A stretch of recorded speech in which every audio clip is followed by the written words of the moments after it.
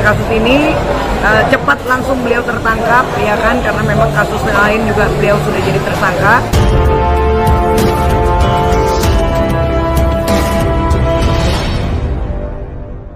Baik ya, terima kasih kawan-kawan rekan-rekan media. Hari ini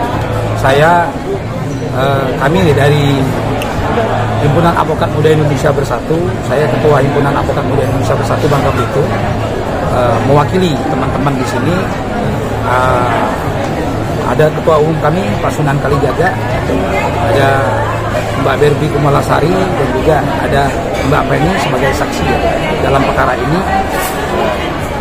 Kami melakukan laporan hari ini dengan adanya pemberitaan yang lagi viral, adanya seorang oknum pejabat dari Kementerian Perhubungan Udara yang berinisial AKS, ya, yang mana telah melakukan tindak pidana, melakukan dugaan tindak pidana penistaan agama Islam, yaitu dengan cara melakukan bersumpah kepada istrinya dengan cara yang tidak seperti layak pada umumnya.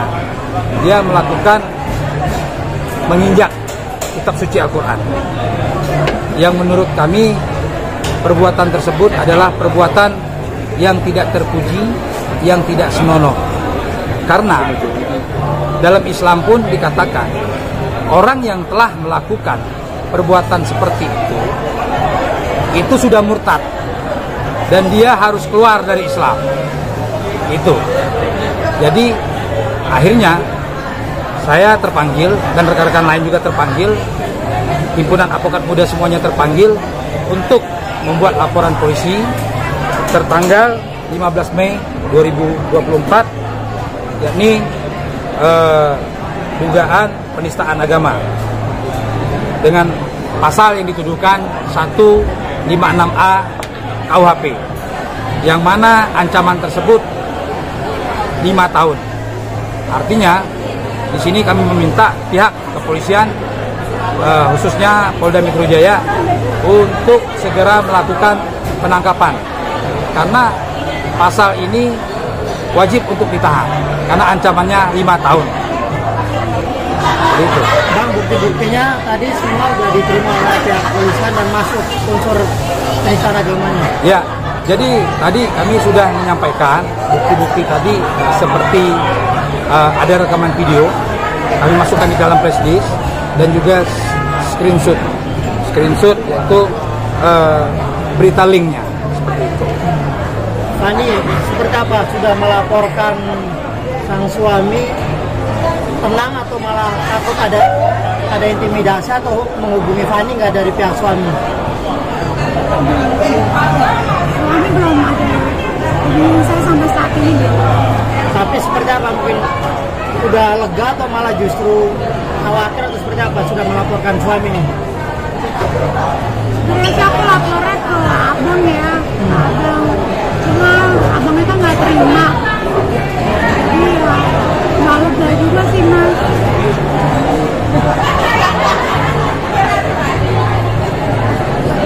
Nggak ada komunikasi suami menghubungi, nggak ada pihak-pihak? Ya, sampai saat ini nggak ada. Pengacara juga nggak pernah hubungi saya. Bang, seperti apa kalau ini kan pihak dari AK ini belum ada klarifikasi mengenai hal itu, video itu. Apabila nanti meminta maaf atau dengan alasan lain, seperti apa sikap abang ini? Kalau kita sebagai orang muslim meminta maaf sah-sah saja, tapi proses hukum kita tetap harus kita jalankan. Kami meminta ini karena ini penistaan agama, ini bukan kayak perbuatan-perbuatan yang seperti biasa. Ini kitab suci kalau mula yang dia injak. Biasanya orang bersumpah itu di atas kepala, tapi ini dengan cara kakinya yang diinjak, ditaruh di bawah. Itu perbuatan yang sangat-sangat miris buat kami, dan kami mengecam keras. Kami dari Himpunan Advokat Muda mengecam keras perbuatan tersebut. Bang, ini TKP-nya di mana sih, Bang? Untuk menginjakkan itu. Kalau TKP-nya kami yang melakukan pelaporan, kami melihat dari pemberitaan link yang pada saat kemarin tanggal 14 Mei, yang mana saya melihat pemberitaan tersebut adanya Ustadz dari Sulaiman yang melakukan wawancara pada saat itu, adanya Mbak Berbi Kumalasari, dan juga ada istrinya Mbak Fani yang melihat langsung. Makanya saya terpanggil untuk melakukan pelaporan ini. Tapi abang nggak mau saling kayak MUI gitu loh. Nanti kami berharap MUI dengan adanya laporan ini mereka akan menyikapi. Kami mohon pihak Majelis Ulama Islam untuk menindak tegas apa sanksinya seperti itu. Jadi dari Kementerian Agama juga agar diberikan tindak tegas terhadap pejabat ini. KBP gimana? Tadi ikut ke Polda juga? Ya, jadi karena tadi memang Sunan juga baru menghubungi aku pas pagi ya, bahwa akan ada yang melaporkan, ya kan, dari abang kita, Bang Ferry, rekan kita, membuat laporan untuk penistaan agama tadi jam 10 pagi, karena baru dikonfirmasi pagi. Kebetulan jadwal aku kan padat banget nih, aku tadi pagi harus syuting sama salah satu stasiun TV, jadi tadi untuk pelaporan aku tidak hadir.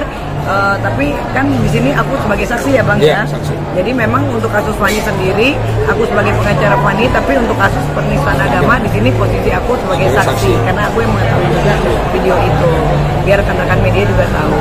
Jadi memang sangat mirip sekali, dan ya kita juga kemarin kaget ya waktu berbicara sama Pak Ustadz Dery, ternyata memang itu masuk dugaan penistaan agama ya Bang, dan itu tidak patut dicontoh gitu, apalagi kita juga sudah melakukan upaya untuk berkomunikasi dengan beliau, tapi memang sepertinya sangat sulit ya. Jadi mudah-mudahan dengan adanya kasus ini cepat langsung beliau tertangkap, ya kan, karena memang kasus lain juga beliau sudah jadi tersangka. Kita tunggu aja proses hukum yang berjalan. Kan ini ada 2 kasus ya, satu KDRT, tapi untuk KDRT-nya sendiri gimana? Untuk KDRT-nya sendiri memang sudah ditetapkan sebagai tersangka dari Polres Tangerang Kota ya. Tapi sampai saat ini itu pertanyaan kita, sampai saat ini kenapa tidak ditangkap beliau? Ada apa ini sebenarnya? Makanya kita juga meminta atensi kepada Kapolri untuk segera cepat ya langsung menindaklanjuti kasus ini, karena memang udah keterlaluan sekali sih. Jadi sudah banyak banget ini, selain pidananya ya kan, terus penistaan agamanya, dugaannya, banyak hal, terus belum lagi bukti perselingkuhannya juga ada. Jadi ada beberapa poin yang memang seharusnya sebagai seorang pejabat tidak patut melakukan hal seperti ini. Untuk Fani sendiri, kayaknya masih depresi. Apa sih di pikiran Pak Fani ini untuk prosesnya ini, kok dilihat berlarut-larut masih depresi, masih gimana gitu untuk melihatnya?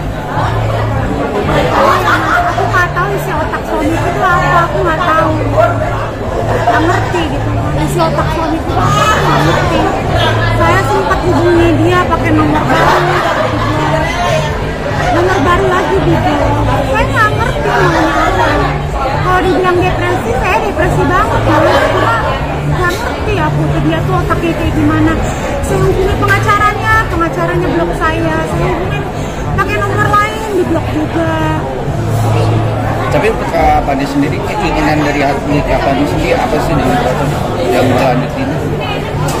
Awalnya sebenarnya saya cuma pengen baik-baik aja, tapi karena dianya menutup komunikasi, terlalu siksa saya dan anak saya, jadi saya udah ikhlas aja, saya udah ngalir aja.